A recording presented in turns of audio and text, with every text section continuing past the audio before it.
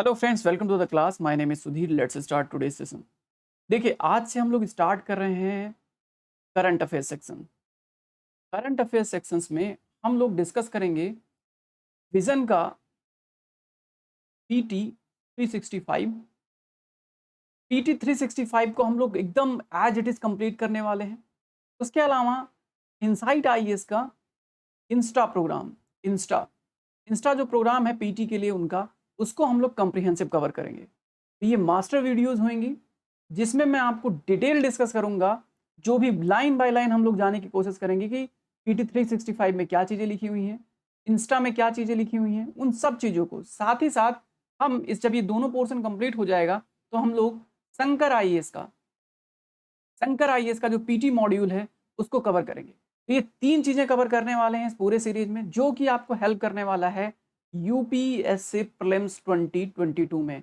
बहुत इंपॉर्टेंट है current affairs के लिए। आपको पता ही है कि पीटी 365 कितना इंपॉर्टेंट है। तो पीटी 365 को ध्यान में रखते हुए हम ये मॉड्यूल स्टार्ट कर रहे हैं जिसमें हम कंप्रिहेंसिव कवरेज करेंगे पीटी 365, इनसाइट आईएएस का इंस्टा प्रोग्राम और शंकर आईएएस का पीटी मॉड्यूल। ठीक है, ये तीन चीज़ें कवर करने वाले हैं। स्टार्ट करेंगे हम लोग विजन के पीटी 365 से, क्योंकि विजन का पीटी 365 बहुत ज़्यादा कंप्रिहेंसिव है। तो उसको पहले लाइन बाय लाइन कवर कर लेंगे, उसके बाद हम लोग इनसाइट पे जाएंगे और उसके बाद शंकर आईएएस पे मूव करेंगे। ठीक है, तो ये एक चीज़ हो गई। साथ ही साथ आप देखिए, हम अभी स्टार्ट कर रहे हैं स्लाइड्स, जो भी पीडीएफ जो भी हैं, हम अभी हिंदी वाली पीडीएफ यूज़ कर रहे हैं। हिंदी वाला पीडीएफ यूज़ करेंगे इनसाइट आईएएस का। जिन लोगों को हिंदी लिखने या समझने में दिक्कत हो रही है, उनके लिए हम जब एक बार हिंदी वाला पोर्शन कंप्लीट हो जाएगा तो उसी वीडियो को इंग्लिश वाला पीडीएफ यूज़ करके हम लोग उसको डिस्कस करेंगे। ठीक है, तो ये एक चीज़ है जो करी जा रही है ट्रू एस्पिरेंट्स की ओर से। तो ये एक बहुत इंपॉर्टेंट इनिशिएटिव है जो कि अभी लाया जा रहा है, स्टार्ट किया जाएगा आज से। आप लोग प्लीज़ रिव्यू ज़रूर कीजिएगा कि हाँ, आप लोगों को ये इनिशिएटिव कैसा है, इसको कितना देर तक कंटिन्यू करना चाहिए। वो सब चीज़ें आपका काम है, तो कमेंट सेक्शन भरना आपका काम है, वो चीज़ आप कीजिएगा। ठीक है, तो बिना किसी देरी के हम लोग स्टार्ट करते हैं। हाँ, स्टार्टिंग में क्या होगा कि वीडियोस पहले तो मैं वीडियोस जैसे रिकॉर्ड करेंगे तो एक साथ 7-8 घंटे का रिकॉर्डिंग तो कर नहीं सकते। आप 1 घंटे का, आधे घंटे का रिकॉर्डिंग करेंगे। तो पहले-पहले आधे-आधे घंटे का रिकॉर्ड होते वीडियो चला जाएगा, आप अपलोड कर दिया जाएगा। उसके बाद सबको कंबाइन करके उसी को एक मास्टर वीडियो के तौर पे कन्वर्ट कर दिया जाएगा। ठीक है, तो जिनको मास्टर वीडियो देखना है, उन लोगों को 1-2 दिन का इंतज़ार करना पड़ेगा ताकि सारी वीडियो एक साथ में कंबाइन हो जाए। ठीक है, तो ये एक आइडिया है जो हम इम्प्लीमेंट करने वाले हैं एज सुन एज पॉसिबल। तो चलिए शुरू करते हैं पीटी का, इन विजन आईएएस का पीटी 365 का पहला जो पोर्शन है हम लोग कवर करने वाले हैं आज, पॉलिटी, इंडियन पॉलिटी। तो चलिए शुरू करते हैं। तो पीटी 365 स्टार्ट करते हैं आज से। सबसे पहले आप देख सकते हैं कि एक इंडेक्स दिया हुआ है। इंडेक्स में बहुत सारी चीज़ें, जैसे सबसे पहले हम लोग संविधान से संबंधित मुद्दे कवर करेंगे। निजी क्षेत्र में स्थानीय आरक्षण, local reservation in private sector. कोशिश करूंगा जब कोई चीज़ ऐसी आए जो हिंदी में लिखी डिफिकल्ट हो, इंग्लिश में इंग्लिश वाली पीडीएफ यूज़ कर लिया जाए। तो साथ ही साथ आपको हिंदी और इंग्लिश दोनों का पीडीएफ आपको मिल जाएगा। डिस्क्रिप्शन से भी आप डाउनलोड कर सकते हैं। साथ ही साथ जहाँ कभी कोई भी इशू आपको लगता है, तुरंत आप उसी वक्त हमको बताएंगे। तो संविधान से संबंधित मुद्दे जो इशू रिलेटेड टू कॉन्स्टिट्यूशन, तो पहला मुद्दा स्टार्ट करते हैं निजी क्षेत्र में स्थानीय आरक्षण। इस मुद्दे को स्टार्ट करते हैं, उसके बाद हम नीचे चलते चले जाएंगे और अगला अगला मुद्दा स्टार्ट करते हैं। इंडेक्स नहीं पढ़ते हैं, टाइम वेस्ट बहुत नहीं करते हैं। चलिए, निजी क्षेत्र में स्थानीय आरक्षण। हाल ही में हरियाणा सरकार ने स्थानीय लोगों के लिए निजी नौकरियों में 75% आरक्षण रोकने के लिए पंजाब और हरियाणा उच्च न्यायालय के आदेश को उच्चतम न्यायालय में अभी चुनौती दी है। कहने का मतलब ये है कि हरियाणा सरकार ने जो है 75% निजी नौकरियों में आरक्षण देने का फैसला किया था। अब इस पर पंजाब और हरियाणा सरकार ने इस पर रोक लगा दी। जब इन्होंने रोक लगा दी तो अब ये चले गए कहाँ पे? सुप्रीम कोर्ट में। देखिए, हरियाणा एक एक्ट आया था, हरियाणा राज्य स्थानीय उम्मीदवार नियोजन अधिनियम 2020, जो लागू हुआ 2022 को, लेकिन इस पर हाई कोर्ट ने रोक लगा दी।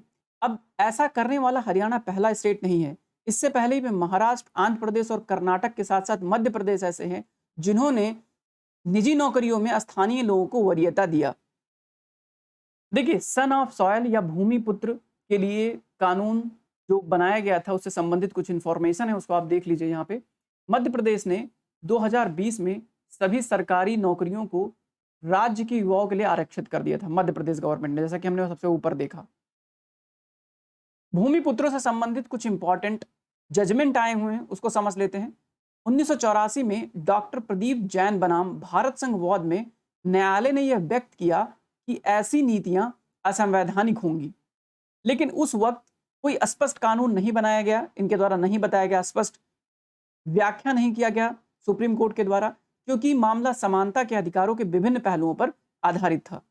1955 में सुनंदा रेड्डी बनाम आंध्र प्रदेश वाद में उच्चतम न्यायालय ने राज्य सरकार की नीति को रद्द करने के लिए प्रदीप जैन मामले की टिप्पणी की थी। ये जो ऊपर वाला मामला है 1984 वाला मामला है, 1995 में जो है रेफर किया गया था सुप्रीम कोर्ट के द्वारा कि हाँ यहाँ पे ऐसा कुछ कहा गया था। यहाँ पे जो मेजर इशू था वो ये था कि तेलुगु अध्ययन करने वाले उम्मीदवारों को अतिरिक्त वेटेज दिया जा रहा था, तब ये केस आया था। 2002 पहुंचते हैं। उच्चतम न्यायालय ने राजस्थान में सरकारी शिक्षकों की नियुक्ति को अमान्य घोषित कर दिया था। इसमें राज्य चयन बोर्ड ने संबंधित जिले या ग्रामीण क्षेत्रों से संबंधित आवेदकों को क्या करी थी, वरीयता दी थी। ठीक है, उन लोगों को प्राथमिकता दी थी, जिसके चलते जो है सुप्रीम कोर्ट ने अमान्य घोषित कर दिया था। 2002 में एक मामला आया था। 2019 में पहुंचते हैं। इलाहाबाद उच्च न्यायालय ने उत्तर प्रदेश अधीनस्थ सेवा चयन आयोग द्वारा एक भर्ती अधिसूचना को रद्द कर दिया गया। इसमें उन महिलाओं को वरीयता दी गई थी जो केवल उत्तर प्रदेश की मूल निवासी थी। तो ये 4 केसेस हैं जो आपको याद रखना है। पहला प्रदीप जैन बनाम भारत संघ, दूसरा सुनंदा रेड्डी बनाम आंध्र प्रदेश, तीसरा 2002 का केस राजस्थान का मामला, और चौथा जो मामला है 2019 का मामला है। इलाहाबाद हाई कोर्ट ने उत्तर प्रदेश के अधीनस्थ सेवा चयन आयोग का एक अधिसूचना को रद्द कर दिया था, जिसमें उत्तर प्रदेश की जो महिलाएं थी उनको जो है ज्यादा वरीयता दिया गया था। तो 4 केसेस आपको याद रखने हैं। अब बात कर लेते हैं कॉन्स्टिट्यूशनल प्रावधान का। संविधान का अनुच्छेद 16 किस प्रकार इस तरीके के जो भेदभाव होते हैं उसको रोकने का कोशिश करता है। तो साफ साफ लिखा हुआ है कि समानता का व्यवहार किया जाएगा देश के सभी नागरिकों के साथ। राज्य को जन्म या निवास स्थान के आधार पर भेदभाव करने से रोकता है आर्टिकल 16 का 2 कहता है कि कोई भी नागरिक केवल धर्म, मूल वंश, जाति, लिंग, वंश, जन्मस्थान, निवास या इनमें से किसी के आधार पर राज्य के तहत किसी भी नियोजन या पद के संबंध में अपात्र नहीं होगा, उसके साथ भेदभाव नहीं किया जाएगा।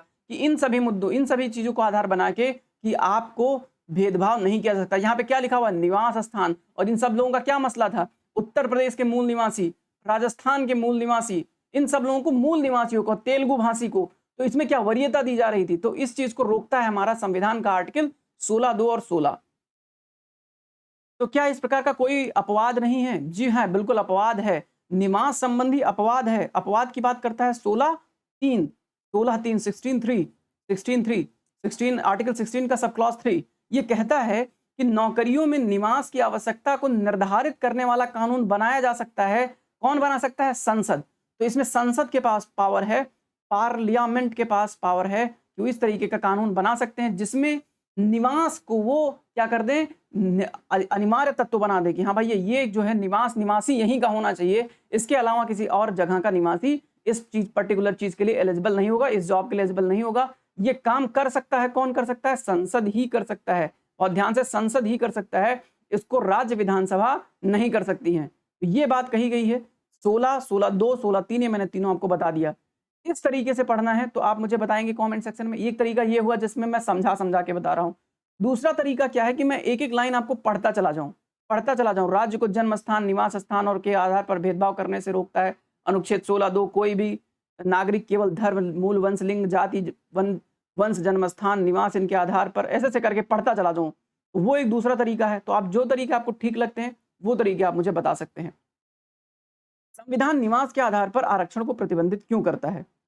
भारत में एकल नागरिकता का प्रावधान है जो देश के नागरिक को देश के किसी भी हिस्से में स्वतंत्र आवाजाही की स्वतंत्रता देती है। जन्म स्थान, निवास की आवश्यकता किसी भी राज्य में सार्वजनिक रोजगार देने के लिए योग्यता नहीं हो सकती है। तो ये मेन कारण है कि क्यों इस तरह का प्रतिबंध लगाया गया है। मूव करते हैं अपने नेक्स्ट आर्टिकल पे। अगला है अन्य पिछड़े वर्गों का उपवर्गीकरण के लिए एक कमेटी गठित की गई है, उसके बारे में है। सब subcategorization of other backward classes. केंद्रीय मंत्रिमंडल ने केंद्रीय सूची में ओबीसी के भीतर उपवर्गीकरण की संभावना की जांच के लिए न्यायमूर्ति जी रोहिणी की अध्यक्षता में एक जी रोहिणी आयोग बनाया था। उसके कार्यकाल को अभी 6 और महीने के लिए बढ़ा दिया गया है। चलिए आगे समझते हैं। ओबीसी से रिलेटेड कुछ फैक्ट देखिए कि कैसे कैसे ओबीसी बना और ओबीसी की पृष्ठभूमि क्या है। काका कालेलकर की अध्यक्षता में प्रथम पिछड़ा वर्ग आयोग बना था 1953 में। प्रथम पिछड़ा वर्ग आयोग बना था 1953 में। उसके बाद 1979 में बना बीपी मंडल की अध्यक्षता में द्वितीय पिछड़ा वर्ग आयोग। फिर 1992 में अनुच्छेद 16(4) के तहत ओबीसी के लिए 27% का रिजर्वेशन किया गया। ये सब क्रोनोलॉजी याद रखना है। 53, 1953, 1979, 1992 और 1992 में इंदिरा साहनी वाद आया था। इसमें क्या कहा गया कि क्रीमी लेयर की अवधारणा का कॉन्सेप्ट लाया गया कि 8 लाख से ज्यादा जिनके पास पैसा होगा वो ओबीसी की लिस्ट से बाहर हो जाएंगे। तो ये एक इंपॉर्टेंट चीज है, तो याद करो। पहला काका कालेलकर, दूसरा आया है बीपी मंडल, तीसरा 1992 16(4) 27% आरक्षण और 1992 ही इंदिरा साहनी वाद। एक और बात, क्रीमी लेयर तो 8 लाख रुपए या उससे अधिक वाला मैंने बात बता दिया। क्रीमी लेयर शब्द का पहली बार उपयोग किया था संथानम आयोग ने किया था 1971 में, 1971 में किया था। इंदिरा साहनी वाद में निर्धारित की गई कुछ बातें, जैसे कि आरक्षण सामाजिक व शैक्षणिक रूप से पिछड़े वर्ग के लिए उपलब्ध होगा। सामाजिक और शैक्षणिक, आर्थिक नहीं लिखा हुआ है यहाँ पे, एक आर्थिक नहीं लिखा हुआ है, सामाजिक और शैक्षणिक रूप से पिछड़े लोगों के लिए उपलब्ध होगा। ऊर्ध्वाधर आरक्षण पर 50% की ऊपरी सीमा होगी। 50% से ज्यादा ओबीसी मतलब आरक्षण, टोटल आरक्षण 50% से ज्यादा नहीं होगा। ये भी बात इंदिरा साहनी केस में कही गई थी। साथ ही साथ पदोन्नति में कोई आरक्षण नहीं होगा। बाद में इसको चेंज किया गया, लेकिन अभी फिलहाल समझ लो इंदिरा साहनी केस में कहा गया था कि पदोन्नति में कोई आरक्षण नहीं होगा। चलो, जी रोहिणी की अध्यक्षता में जो आयोग बना है, जी रोहिणी आयोग, जो ओबीसी में सब कैटेगराइजेशन की बात करते हैं। केंद्र सरकार ने भारतीय संविधान के अनुच्छेद 340 के तहत, अब ये पूछ लेगा कि आयोग, ओबीसी आयोग का गठन, ठीक है, ओबीसी आयोग का गठन किस आर्टिकल के तहत किया जाता है? तो ओबीसी आयोग का गठन जो है ये किया जाता है आपका आर्टिकल 340, आर्टिकल 340 के तहत, ठीक है। ये बात आप यहाँ पे देख सकते हैं। ओके, रोहिणी आयोग का इंपॉर्टेंट एम क्या है? न्याय संगत बंटवारा आरक्षण के लाभों का। ओबीसी शब्द एक सामूहिक शब्द है। इसका उपयोग सरकार के द्वारा उन जातियों को वर्गीकृत करने के लिए किया जाता है जो शैक्षणिक और सामाजिक रूप से वंचित हैं। इंपॉर्टेंट लाइन है, इसको ध्यान रखना हमेशा। अब आयोग ने क्या रिकमेंडेशन किया वो हमारे प्रीलिम्स के पॉइंट ऑफ व्यू से इतना इंपॉर्टेंट नहीं है, इसलिए हम उन चीजों को अभी स्किप मार के जाएंगे कि आयोग ने 4 उप श्रेणियां 1, 2, 3, 4 को विभाजित करने का कहा ओबीसी को। 27% को क्रमशः 2, 6, 9 और 10% में विभाजित करने का प्रस्ताव दिया। तो ये सब चीज तो इंपॉर्टेंट है नहीं, इसलिए कि ये अगर होता तो मेंस में होता है इंपॉर्टेंट। चलो, इसलिए मैं लाइन बाय लाइन पढ़ना नहीं चाहता हूँ। National commission for backward classes के बारे में आप जान लीजिए, ये इंपॉर्टेंट है, जो प्रीलिम्स में पूछा जा सकता है। देखो, national commission for backward classes पिछड़ा वर्ग आयोग अधिनियम 1993 में आया था। पिछड़ा वर्ग आयोग अधिनियम 1993 में जो इंपॉर्टेंट पॉइंट होगा मैं उसको दोबारा रिपीट करूंगा।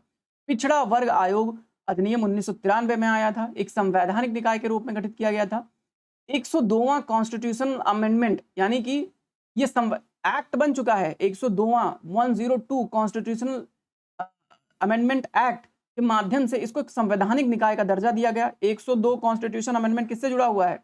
ये जुड़ा हुआ है पिछड़ा वर्ग आयोग से, और इसको क्या कर दिया गया? संवैधानिक बना दिया गया। 1993 में जो बना था संवैधानिक नहीं था, वैधानिक था। एक नया आर्टिकल जोड़ा गया 338 बी।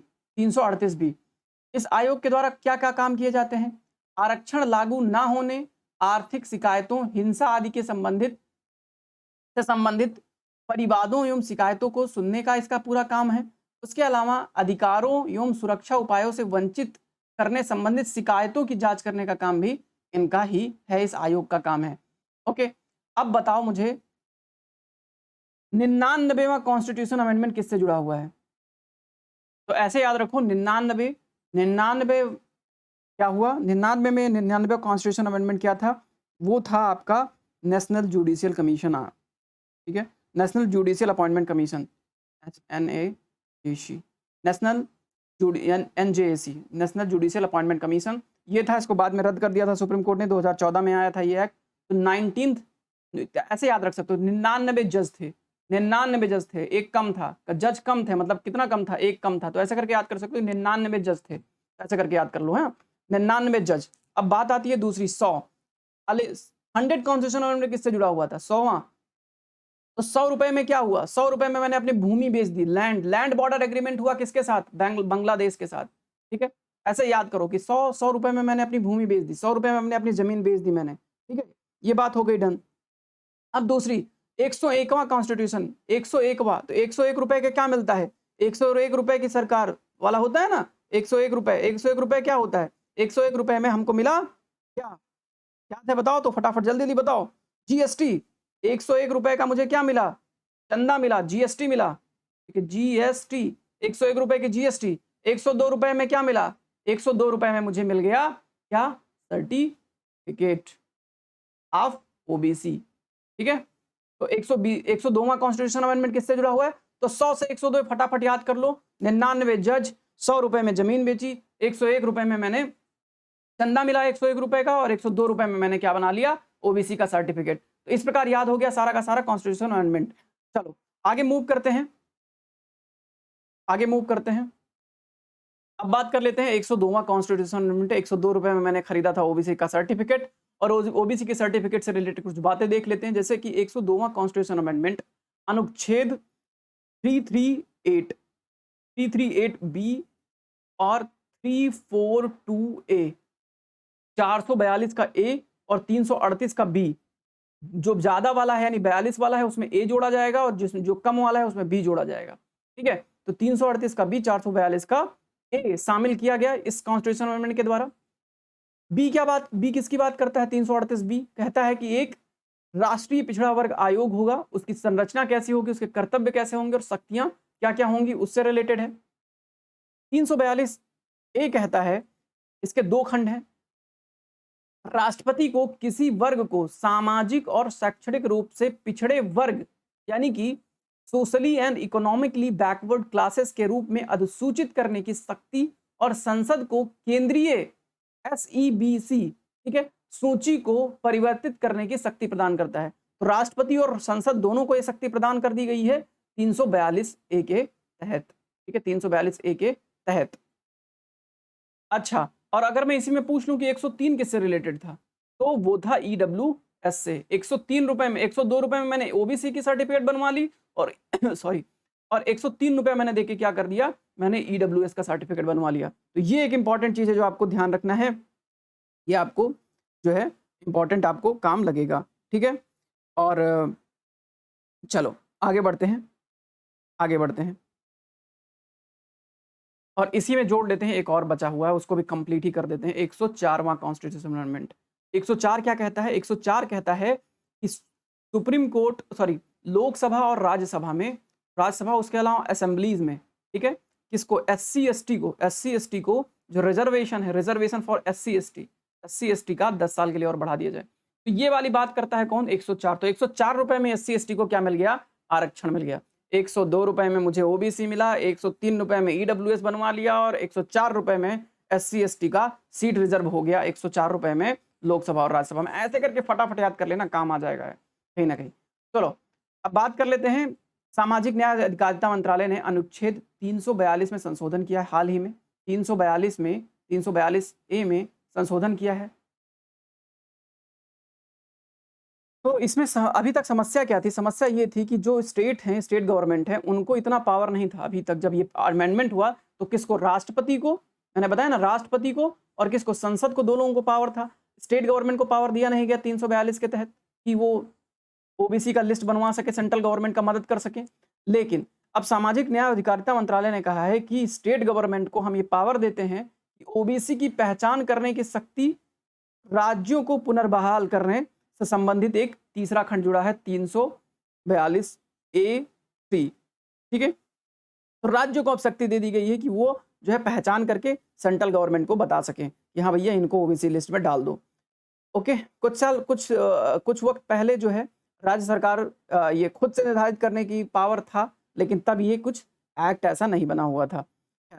आर्टिकल 15(4) और 15(5) और 16(6), 15(4), 15(5) और 16(6), 16(4), ठीक है, राज्य को सामाजिक शैक्षणिक रूप से पिछड़े वर्गों की सूची पहचान करने तथा उनकी घोषणा करने की शक्ति प्रदान करता है। राज्य पहचान सकेगा, देखो 15(4), 5 और 16(4) क्या कहता है कि सामाजिक और शैक्षणिक रूप से जो पिछड़े वर्ग हैं उनकी पहचान करो और उनकी घोषणा भी करो कि हाँ भैया ये ओबीसी हैं। ये स्टेट गवर्नमेंट के पास पावर है, ठीक है। इससे पहले कहानी बहुत बिगड़ी थी जब मराठा आरक्षण की बात चल रही थी। उस टाइम उच्चतम न्यायालय ने साफ-साफ कह दिया कि राष्ट्रपति को ही ओबीसी, सेंट्रल ओबीसी लिस्ट को, मतलब ओबीसी कोई होगा कहीं पूरे सेंटर में, तो उसका जो है निर्णय करने का अधिकार किसको है? राष्ट्रपति को ही है। राष्ट्रपति ही किसी समुदाय को ओबीसी घोषित कर सकता है और वह तभी ऐसा करेगा जब राष्ट्रीय पिछड़ा वर्ग आयोग कोई संस्तुति प्रस्तुत करेगा, रिकमेंडेशन करेंगे तो, ठीक है। अब संसद और राष्ट्रपति दोनों कर सकते हैं, ठीक है, और ये कमीशन अभी भी इनको रिकमेंड करेगी on the recommendation of this committees, ठीक है, दिस आयोग, दिस कमीशंस, ओके। इसके अतिरिक्त सुप्रीम कोर्ट ने भविष्य में ओबीसी की एक एकल सूची की संभावना पर भी टिप्पणी करी है, जो कि हमारे काम का पॉइंट है नहीं यूपीएससी के पॉइंट ऑफ व्यू से, मतलब प्रीलिम्स के पॉइंट ऑफ व्यू से। चलो आगे बढ़ते हैं। अब हमारा आ गया ईडब्ल्यूएस की कहानी, ठीक है। ईडब्ल्यूएस, ओबीएस और ईडब्ल्यूएस चिकित्सा पाठ्यक्रमों के लिए अखिल भारतीय कोटा योजना के अंतर्गत कोटा प्राप्त कर रहे हैं, ठीक है। कोटा प्राप्त कर रहे हैं ईडब्ल्यूएस और ओबीसी ऑल इंडिया कोटा योजना के तहत। और ये कितना प्राप्त कर रहे हैं? ईडब्ल्यूएस के तहत 10% और ओबीसी के लिए 27% कोटा प्राप्त कर रहे हैं एआईक्यू के ऑल इंडिया कोटा योजना के तहत।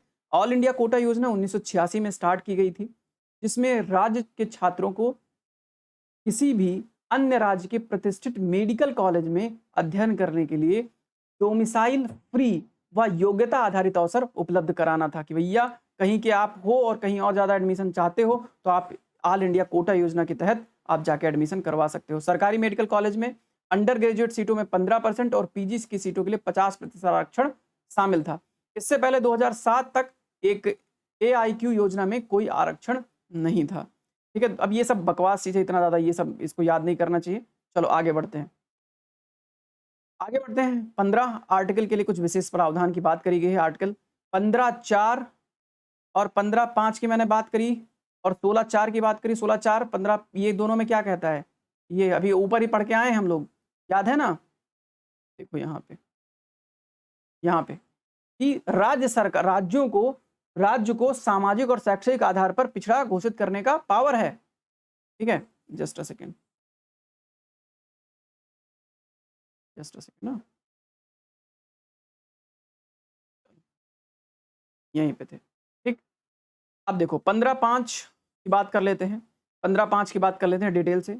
नागरिकों को किसी भी सामाजिक और शैक्षणिक रूप से पिछड़े वर्गों की उन्नति के लिए नागरिकों के किसी भी सामाजिक और शैक्षणिक वर्गों की उन्नति के लिए या अनुसूचित जातियां या जनजातियों के शैक्षणिक संस्थानों में प्रवेश के लिए विशेष प्रावधान सुनिश्चित करता है।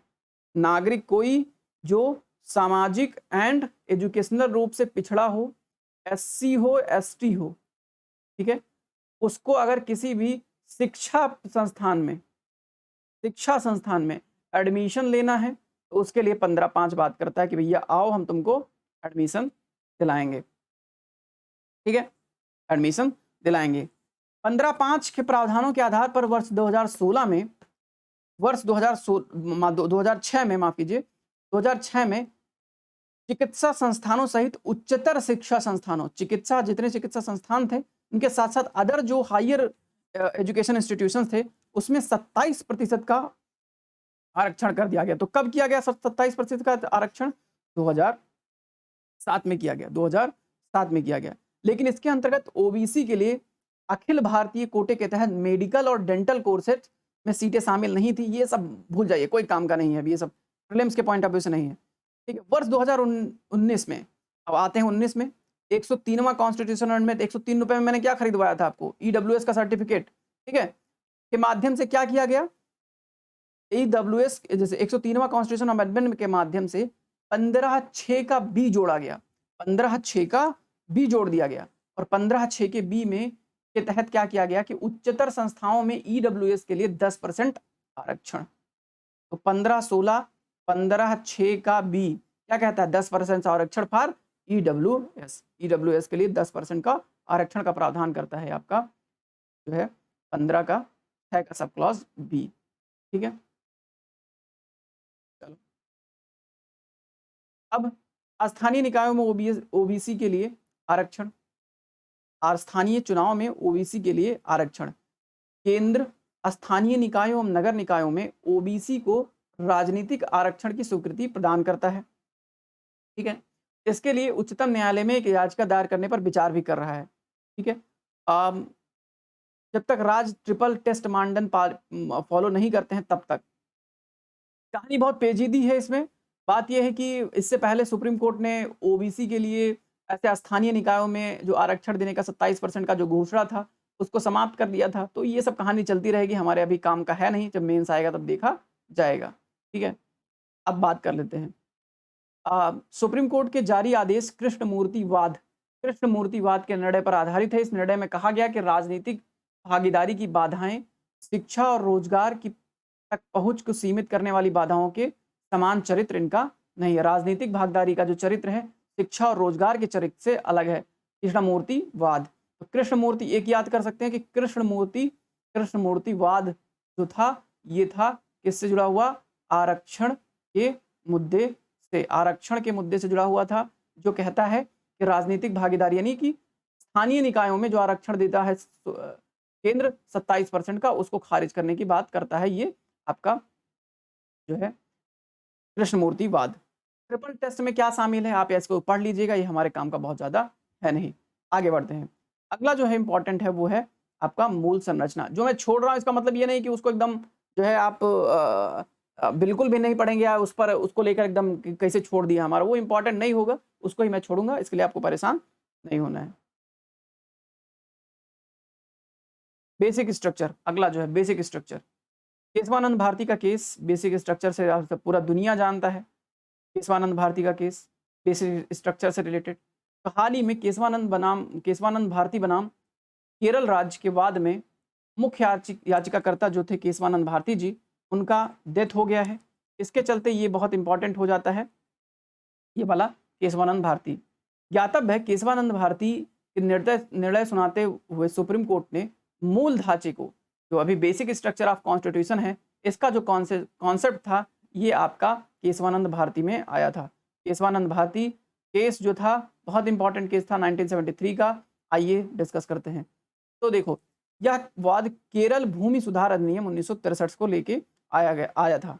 केरल भूमि सुधार अधिनियम 1963 के तहत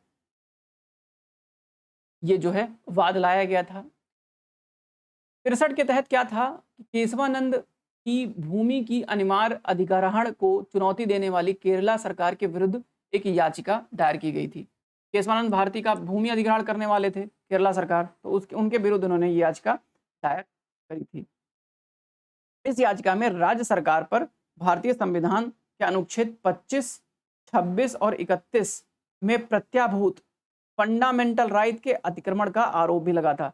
25, 26 एंड 31, 31 बहुत इंपॉर्टेंट आर्टिकल है 31, हाँ जानते ही होगे आप, 31 बहुत इंपॉर्टेंट आर्टिकल है। ठीक है, तो इसका क्या हुआ कि इसको उन्होंने अतिक्रमण किया है केरला गवर्नमेंट, ऐसा आरोप लगा केरला गवर्नमेंट के ऊपर। ठीक है, तो ये चीज़ इंपॉर्टेंट थी।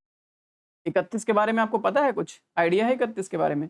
31 था संपत्ति के अधिकारों से संबंधित था, जिसको 44वें संविधान संशोधन से इसको हटा के खत्म कर दिया गया। संपत्ति के जो अधिकार था इसको फंडामेंटल राइट से हटा दिया गया और उसको बाद इसको नॉर्मल संवैधानिक अधिकार बना दिया गया आर्टिकल 300A के द्वारा। ठीक है, तो ये पहले फंडामेंटल में राइट में था 31, फिर 31 खत्म कर दिया गया। 31CU का भी कॉन्सेप्ट है जिसमें वो जमीन को उसके तहत डाल देते हैं। तो वो क्या करता था, केशवानंद भारती से पहले उस पर कोई सुप्रीम कोर्ट जो है जांच नहीं कर सकते थे, ऐसा कुछ कहानी था। उसको भी अगर आएगा आगे तो हम लोग डिस्कस करेंगे। ठीक है, चलो, प्रथम संविधान संशोधन और उसके बाद बिहार में जब चीज़ें हुई स्टार्ट भूमि सुधार को लेके। खैर, आते हैं अपने अपने कॉन्सेप्ट पे लौट के, अपने इंपॉर्टेंट टॉपिक पे लौट के आते हैं। इस मामले में 13 न्यायाधीशों की पीठ ने सुनवाई किया था। तो ये भी कई बार पूछा था कितने न्यायाधीश थे अब तक, सबसे ज़्यादा पीठ किस वाद में सबसे ज़्यादा पीठ गठित की गई थी, सबसे ज़्यादा बड़ी पीठ, सबसे बड़ी पीठ अब तक की कौन सी, तो केशवानंद भारती की ही थी। और सुनवाई की प्रक्रिया आरंभ होने पर वाद के दायरे में निम्नलिखित को संबोधित करने के लिए विस्तार किया गया था। अब देखो, गोलकनाथ मामले को भी व्याख्या की गई। गोलकनाथ मामला, इसमें क्या कहा गया था? गोलकनाथ मामले में सुप्रीम कोर्ट ने माना था कि अनुच्छेद 368 के तहत केवल संविधान संशोधन की प्रक्रिया निर्धारित करता है, लेकिन संसद को इसे संशोधित करने की प्रक्रिया, संसद को इसे संशोधित करने की शक्ति प्रदान नहीं करता है। यानी कि अनुच्छेद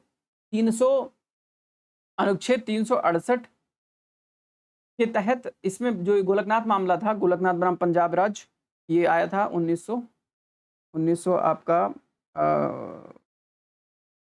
सॉरी मैं इसको भूल गया हूँ, जो है 1967 के आसपास आया था, 67, हाँ 1967 के आसपास आया था। ठीक है, गोलकनाथ मामले में कहा गया कि जो पार्लियामेंट है, इनको 368 के तहत कोई भी संविधान संशोधन करने का पावर नहीं है, खासकर मूल अधिकारों को लेके। ठीक है, मूल अधिकारों में किसी प्रकार का खास परिवर्तन नहीं कर सकते हैं। एन अमेंडमेंट, और एक जो अमेंडमेंट होगा वो जो है आर्टिकल 13(2) के तहत हो पाएगा। कोई भी चेंजेस करने हैं तो 13(2) के तहत का हो पाएगा, और वो भी फंडामेंटल राइट में आप किसी प्रकार का छेड़खानी आप नहीं मचा सकते हैं। तो ये आपका गोलकनाथ वाद आया था। यहाँ पर भी 11 पीठ थी। यहाँ पर कितने जज थे? यहाँ पर थे 11 जज थे। यहाँ पर 11 जज थे। 11 जजों ने, यहाँ पर भी एक doctrine of prospective over ruling, prospective over ruling, ये का कॉन्सेप्ट आया था। प्रोस्पेक्टिव ओवर रूलिंग का कॉन्सेप्ट आया था। कमेंट सेक्शन में बताइए कि प्रोस्पेक्टिव ओवर रूलिंग का कॉन्सेप्ट क्या है। 368 की व्याख्या जो उन्होंने करी कि मूल अधिकारों में संशोधन, संसद कुछ जो 368 की व्याख्या कैसे करी गई, कुछ शर्तों के साथ संसद मूल अधिकारों सहित संविधान के किसी भी विभाग में संशोधन कर सकती है। ये बाद के केसेस में आया है। अब ये आपका जो है जब ये केस सुनवाई कर रही थी, केशवानंद भारती का पीठ सुनवाई कर रही थी, तब ये चीज़ कहा गया कि हाँ, कुछ शर्तों के साथ संविधान संशोधन कर सकती है और मूल अधिकारों में भी संशोधन कर सकती है। ये बात केशवानंद भारती में कही गई। साथ ही साथ केशवानंद भारती में संविधान संशोधन 24वां, 25वां, 25th, 24th और 29th की वैधानिकता भी प्रदान की गई कि 24, 25 और 29 की जो संविधान संशोधन किए गए थे वो वैलिड है। ये जो 24वां था ना, 24वां गोलकनाथ के बाद आया था। 24वां संविधान संशोधन गोलकनाथ केस के बाद आया था। गोलकनाथ केस के बाद जब 24वां संविधान संशोधन किया गया, जब ये गोलकनाथ ने कह दिया भैया कि 368 के तहत आप संविधान चेंज ही नहीं कर सकते हो, तो संसद को लगा, रे भाई क्या हो गया। संसद उठी और उन्होंने क्या कर दिया कि स्पष्टीकरण जारी किया और 368 का क्लॉज 1 जारी किया, और इसमें कहा कि भैया देखो, हम हैं संसद और हमको पावर है किसी भी चीज़ का परिवर्तन करना, वेरिएशन करना, परिवर्धन करना, एडिशन करना, निरसन करना यानी रिपील करना, ये तीनों पावर हमको है। 368 के तहत संविधान ने संसद को ये पावर दिया है कि भैया हम ऐसा कर सकते हैं। ठीक है, और एक 368 का 3 भी अंतर स्थापित किया गया, जिसमें स्पष्ट किया गया कि अनुच्छेद 13 की कोई भी बात इस अनुच्छेद के अधीन किए गए संशोधन पर लागू नहीं होगी। जो ये ऊपर चेंज कर रहे हैं ना हम, इसका 13 की कोई बात लागू नहीं होगी। ठीक है, 368 का शीर्षक उर्षक सब बदल डाला जो है संसद ने। तो ये गोलकनाथ के बाद कहानी हुई, और इस बात को अप्रूव कर दिया किसने? जो है केशवानंद भारती ने, कि भैया हाँ, जो तुम कहे थे संसद भाई, वो बात ठीक किए थे। ठीक है, तो ये बात है, ये बात हो गई डन। आगे बढ़ते हैं हम, आगे बढ़ते हैं। बेसिक स्ट्रक्चर का कॉन्सेप्ट देखो, ये बहुत डिटेल में दिया हुआ है, मजा आएगा आपको पढ़ के। ठीक है, जिनको हिंदी ना समझ में आ रही वो भी हमको कमेंट सेक्शन में बताएं, क्योंकि आप लोग बताएंगे तो है, नहीं तो हम फिर ऐसे ही चलाएंगे। ठीक है, अब 1951 में पहुंचते हैं, 1951 में पहुंचते हैं। 1951 में क्या आया? शंकरी प्रसाद वाद आया। ठीक है, शंकरी प्रसाद वाद आया। उसके बाद 1965 में सज्जन सिंह वाद आया। सज्जन सिंह के बाद गोलकनाथ वाद आ जाएगा, इन्हीं के बेस बनाते हुए। इन दोनों का बेसिक बात क्या था? शंकरी प्रसाद वाद और सज्जन सिंह दोनों का, संसद संविधान के अनुच्छेद 368 के तहत मूल अधिकारों सहित संविधान के किसी विभाग में संशोधन कर सकती है। पहले कहे शंकर जी और सज्जन जी, शंकर जी और सज्जन जी, ये दोनों लोग मिलके क्या कहे कि भैया संसद, you are very powerful, you can change anything है। तो उन्होंने कहा कि 368 का यूज करो और क्या करो कि आप उसी विभाग में मूल अधिकारों सहित किसी विभाग में संशोधन कर सकती है। अब भाई साहब, ये बात गोलक भाई को पसंद ना आई, गोलक भाई को ही पसंद ना आई। देखो मैं याद कराने के लिए किसी का मॉकिंग नहीं कर रहा हूँ, सिर्फ याद कराने के लिए याद करा रहा हूँ कि भैया ये जब एग्जाम में पहुंचे तो ये सब कहानी याद आए, ठीक है। तो गोलक भाई पहुंचे, गोलक भाई ने कहा अरे रे का कर दी भाई शंकर भाई सज्जन भाई तने, एक काम करते हैं, कह देते हैं कि 368 ने संसद को संशोधन करने की शक्ति ही प्रदान नहीं करी थी, हम बोल देंगे जाओ और मूल अधिकारों में आप संशोधन नहीं कर पाइएगा, जाइए। तो जो इनका कहा था उसका ये भाई साहब उल्टा कर दी, ठीक, उल्टा कर दी। अब क्या हुआ कि जब 67 में कहानी बिगड़ गई, 51 और 65 में बनी थी, अब 67 में कहानी बिगड़ी तो कहे कि अच्छा रुको रुको रुको 71 आते हैं, हम 71 ले आए। 1971 में जब संसद को बहुत दिक्कत होने लगी चेंजेस करने में परिस्थिति के हिसाब से, तो कहे कि 24 रुपए लो 25 रुपए लो मेरे से। 24-25 रुपए में आप क्या करते हैं, हम तुमको मना लेंगे गोलकनाथ भाई, जो तुमने कहा था ना उसकी हम बात पलट देंगे, पूरा संसद खरीद लेंगे, मतलब माफ कीजिए, पूरा संसद हम इकट्ठा करेंगे और चीजें बदल देंगे। तो 23 और 24 में कहा कि 13 की कोई भी बात लागू नहीं हो, 13 को आधार बना के इसको कहा गया था गोलकनाथ बात को। कहे कि मैंने 24 तो आपको समझा दिया कि भैया चेंज कर सकती है, पावर है इनके पास, ठीक है।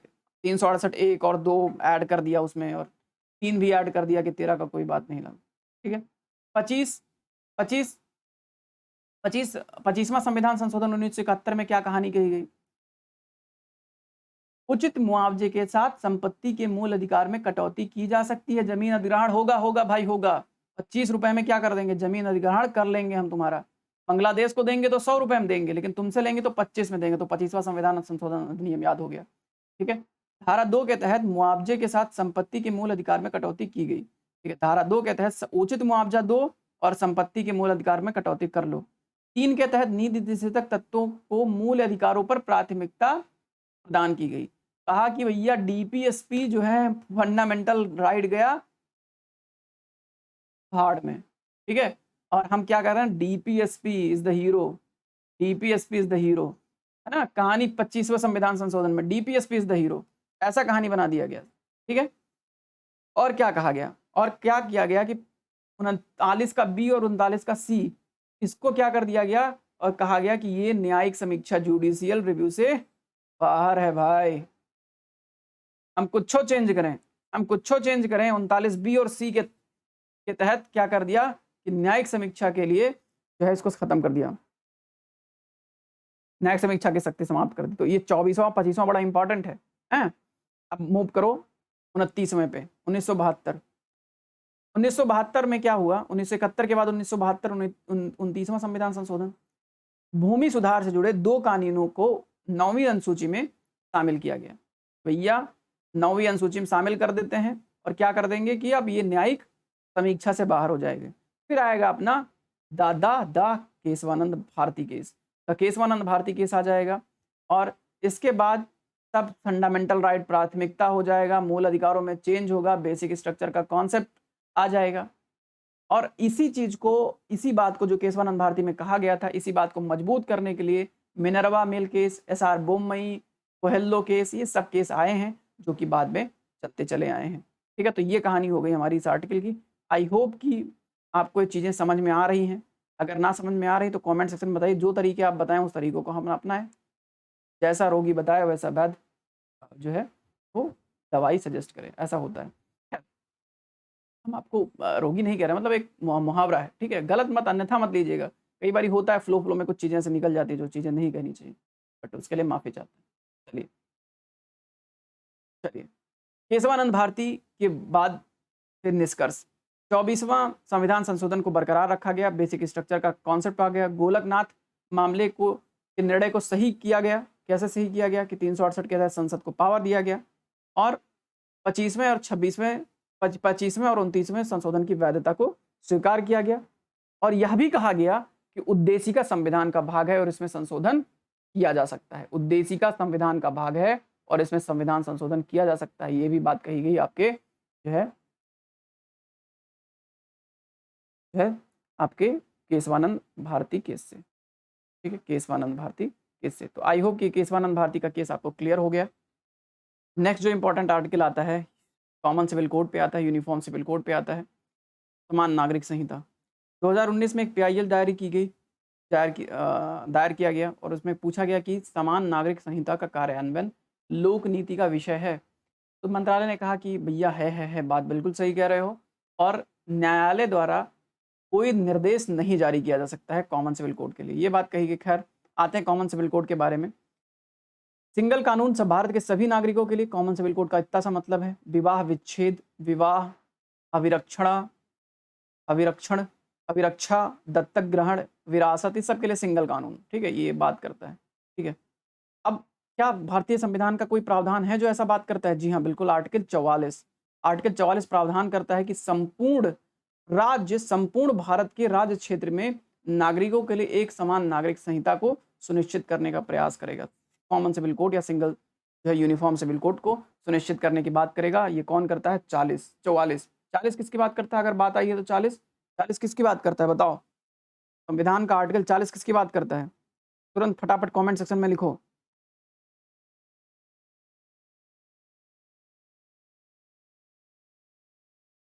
तब तो जवाब आ जाना चाहिए था।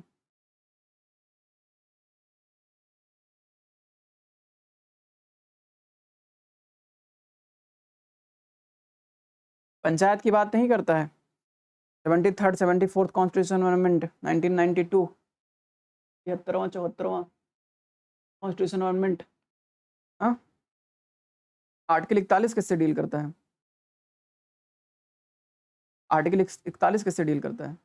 आर्टिकल 41 डील करता है स्टेट गवर्नमेंट जो है इकोनॉमिक कैपेसिटी के अंतर्गत इफेक्टिव प्रोविजन बनाएगी जिससे right to work, education and public assistant provide हो सके unemployed, old age, sickness, disable लोगों को।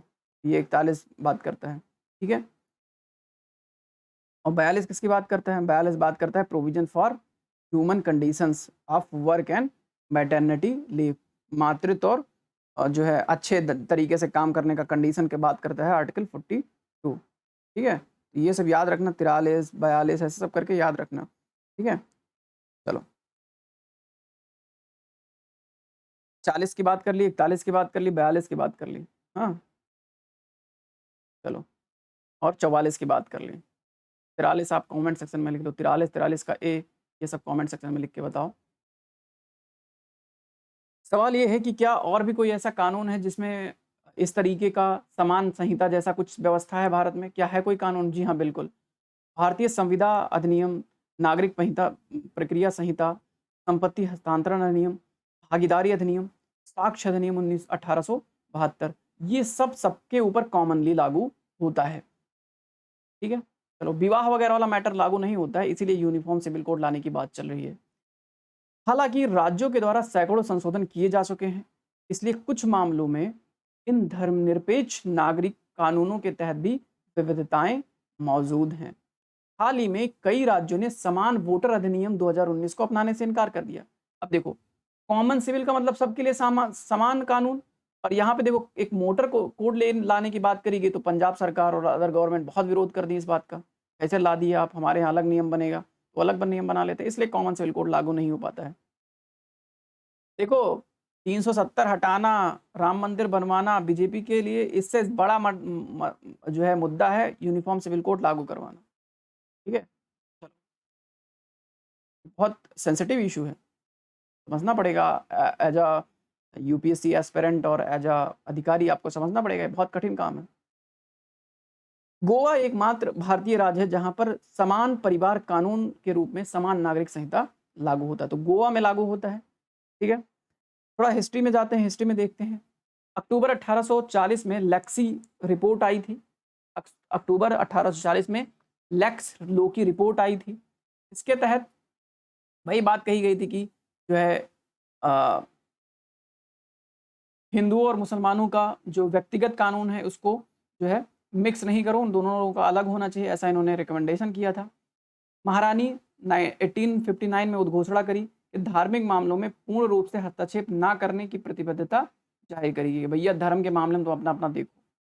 1941 में हिंदू कानून को संहिताबद्ध करने के लिए हिंदू कानून को संहिताबद्ध करने के लिए। बी.एन. राव समिति, ये अंबेडकर साहब नहीं है, बी.एन. राव, ठीक है। इनकी अध्यक्षता में कमेटी बनी, इनकी अध्यक्षता में कमेटी बनी कि हिंदू कानूनों को क्या करो, संहिताबद्ध करो, ठीक है। अब बात कर लेते हैं स्वतंत्रता प्राप्ति के बाद की क्या कहानी है। स्वतंत्रता प्राप्ति के बाद हिंदू कोड बिल आया।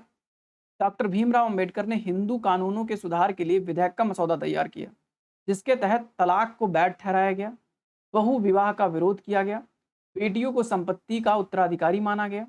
ये आया हिंदू कोड बिल। फिर आया हिंदू उत्तराधिकार अधिनियम 1956। इसमें हिंदुओं, बौद्ध, जैन, सिख के मध्य वसीयतनामा के बगैर उत्तराधिकार से संबंधित कानूनों में संशोधन और संहिताकरण करने के लिए लाया गया था। हालांकि मुस्लिम, ईसाई और पारसी के लिए अलग अलग वैयक्तिक कानून है वसीयतनामा को लेकर। कौन कौन है? हिंदू, बौद्ध, जैन और सिख। हिंदू, बौद्ध, जैन और सिख, ये जो है वसीयतनामा के लिए सिंगल कानून को फॉलो करते हैं, ठीक है। ओके, अगली बात है न्यायालय के ऐतिहासिक वाद, संपत्ति को लेके ऐतिहासिक वाद। तो साहबानो केस आया था, साहबानो का केस आया था तलाक को लेके, ट्रिपल तलाक को लेके। फिर सरला मुदगल का केस आया था 95 में, ठीक है। फिर डैनियल लतीफ़ी का केस आया था सुप्रीम कोर्ट में। तो इन सब में निर्णय देते हुए यूनिफॉर्म सिविल कोड लाने की बात करी गई कोर्ट के द्वारा। तो ये कुछ चीज़ें थी जो आपको याद करनी थी, ठीक है। अगला जो है धर्मांतरण विरोधी कानून, एंटी कन्वर्जन लॉ, ठीक है। हाल में कर्नाटका विधानसभा ने कर्नाटका धर्म की स्वतंत्रता अधिकार विधेयक 2021 को पारित किया, ठीक है। ऐसे विधेयक को आमतौर पर धर्मांतरण विरोधी विधेयक, एंटी कन्वर्जन बिल के तौर पर जाना जाता है। इसके पश्चात यह विधेयक कर्नाटका विधान परिषद के समक्ष प्रस्तुत किया जाएगा। अब थोड़ा सा ऐसे राज्य देख लेते हैं जहां पर धर्मांतरण विरोधी कानून है। वर्तमान में देश में कम से कम 9 राज्यों में गैर कानूनी धर्मांतरण पर कानून बनाया गया है, जिसमें उत्तर प्रदेश, उत्तराखंड, झारखंड, छत्तीसगढ़, हिमाचल, गुजरात, अरुणाचल प्रदेश, मध्य प्रदेश, उड़ीसा। अरुणाचल एक नए, थोड़ा सा आपको लगेगा कि अरुणाचल कहाँ से आ सकता है, बट अरुणाचल प्रदेश भी है। बाकी और तो आप गेस भी कर सकते हो। साउथ के स्टेट नहीं थे, कर्नाटका आ गया उसमें, अब कर्नाटका आ गया। अब देखो, सबसे पहले कहानी ईसाई मिशनरियों ने शुरू करी थी, धर्मांतरण करवाते थे। तो 1930 और 40 के दशक में कुछ हिंदू रियासतों ने ईसाई मिशनरियों के खिलाफ इस प्रकार का स्टार्ट किया था, ठीक है। अब ये सब इम्पॉर्टेंट है नहीं, चाहो तो आप देख सकते हो। उदाहरण के लिए रायगढ़ राज्य धर्मांतरण कानून 1936 आया था। पटना धार्मिक स्वतंत्रता कानून 1942 आया था। पटना धार्मिक स्वतंत्रता कानून 1942, ठीक है, 42 में आया था। उदयपुर राज्य धर्मांतरण विरोधी कानून 1946 में आया था, ठीक है। तो ये एक चीज़ थी। फिर राष्ट्रीय स्तर पर क्या क्या किया गया, ये सब कुछ विधेयक लाए गए थे जो प्रस्तुत किए गए थे, पास नहीं हो पाया, असफल प्रयास था। वर्तमान में 2015 में कानून मंत्रालय ने कहा कि यह मामला पूर्ण रूप से राज्य सूची का विषय है।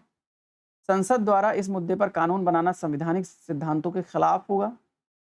इसका मतलब यह है कि धर्मांतरण विरोधी कानून पूर्ण रूप से राज्य के अधिकार क्षेत्र के तहत आता। तो ये इंपॉर्टेंट बात है जो आपको याद रखनी है कि धर्मांतरण से संबंधित कानून राज्य के तहत आता है, इसलिए राज्य इस पर कानून बनाते हैं। इसलिए अलग अलग स्टेट, तकरीबन 9 और 1 ये 10 स्टेट अपना इस पर कानून बना चुके हैं।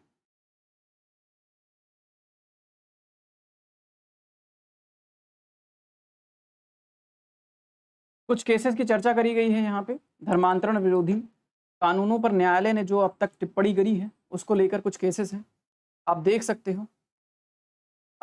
सबसे पहला जो है 1977 का केस है। स्टेनीलास बनाम मध्य प्रदेश का केस था। इसमें न्यायालय ने कहा कि धर्मांतरण को रोकने के लिए वाइस ऑफ कॉन्साइस और पब्लिक व्यवस्था, लोक व्यवस्था को सुरक्षित करने के लिए अगर स्टेट गवर्नमेंट कोशिश करती है कि हाँ भैया ये गलत हो रहा है, तो उसको रोका जा सकता है, ठीक है। कि पता नहीं आपको, आपके अंदर से आवाज़ आ रही थी कि नहीं आ रही थी और लोक व्यवस्था उससे बिगड़े ना, तो आप अगर लोक व्यवस्था को बनाना है तो आप इसको कर सकते हैं, ऐसा था। अब आर्टिकल 25 का एक कहता है निर्धारित करती किसी अन्य व्यक्ति को धर्मांतरित कराने के मौलिक अधिकार नहीं देती है। मतलब किसी अन्य व्यक्ति को धर्मांतरित कराने के मौलिक अधिकार को नहीं देती है। प्रचार कीजिए, ठीक है, अपने धर्म का प्रचार करना कीजिए, लेकिन आप किसी के साथ जबरदस्ती नहीं कीजिए कि आप जो है आप धर्मांतरित कीजिए। उद्देश्य पूर्ण धर्मांतरण सभी नागरिकों को, पीठ ने यह भी फैसला सुनाया कि एक उद्देश्य पूर्ण धर्मांतरण सभी नागरिकों को दी गई अंतःकरण की स्वतंत्रता के विपरीत है। ठीक है, अंतःकरण की स्वतंत्रता, भैया तुम्हारे दिल से जो बात आए वो मानो, लेकिन अगर उद्देश्य मतलब एकदम इंटेंशनली जो इस टाइम न्यूज़पेपर्स में रहता है लोग करते हैं, ठीक है, वो अगर चीज़ है तो उसको रोकना, उसको जो है रोकना जो है उसको वो विपरीत है, संवैधानिक प्रावधानों के विपरीत है, ये बात समझनी पड़ेगी। ये भी माना गया कि धर्मांतरण विरोधी अधिनियम 7वीं अनुसूची की सूची 2 के प्रविष्ट 1 के दायरे के तहत आता है।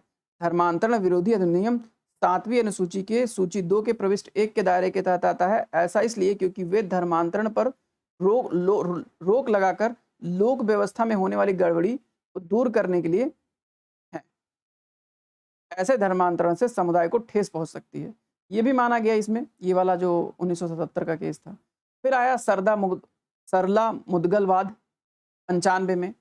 उच्चतम न्यायालय ने कहा कि बहु विवाह प्रथा को मानने के लिए भैया एक से ज्यादा ब्याह करना है, इसके लिए आप इस्लाम धर्म को अपनाए हैं तो वो वैध नहीं होगा। तीसरी बात, लता सिंह बनाम उत्तर प्रदेश का केस। उच्चतम न्यायालय ने अंतरराज्यीय और अंतर धार्मिक विवाहों के मामले में हिंसा या धमकियों के कृत्यों पर कड़ी सजा का प्रावधान कर दिया। लता सिंह मामले में भैया अगर किसी ने अंतर धार्मिक अंतर जातीय विवाह कर लिया तो उसको मार देंगे, पीट देंगे, ये कर देंगे, वो कर देंगे। इस पर भी कड़ी सजा का प्रावधान किया गया लता सिंह केस में। फिर एम चंद्रू बनाम हंगमुथु तथा अन्य वाद 2010 आया। उच्चतम न्यायालय ने धर्मांतरण साबित करने के लिए शर्तें निर्धारित करी। धर्मांतरण साबित करने के लिए इन्होंने धर्मांतरण कराया है, इसको साबित करो, इसके लिए कुछ शर्तें निर्धारित की गई। पहला, सही मायने में धर्मांतरण हुआ हो। दूसरा, उस समुदाय में स्वीकृत व्यक्ति जिसका धर्मांतरित हुआ हो, उस समुदाय में स्वीकृत हो जिसमें व्यक्ति धर्मांतरित हुआ हो। ये नहीं कि कोई धर्मांतरित हो गया किसी लड़की लड़का के चक्कर में, उसके बाद उस समुदाय ने भी तब उनको एक्सेप्ट नहीं किया तो वो भी धर्मांतरण कैटेगरी के तहत नहीं आएगा। न्यायालय ने यह भी किया कि धर्मांतरण की आवश्यकता को पूरी तरह से समाप्त नहीं किया जा सकता है। धर्मांतरण की आवश्यकता को पूरी तरीके से समाप्त नहीं किया जा सकता है। तो ये एक चीज़ है जो है इम्पॉर्टेंट बात। तो आज के इस वीडियो में यहीं पर रुकेंगे हम, ठीक है, इस वीडियो में हम लोग यहीं पर रुकेंगे, रिमेनिंग चीज़ें कवर करेंगे नेक्स्ट वाली क्लास में। Thank you so much.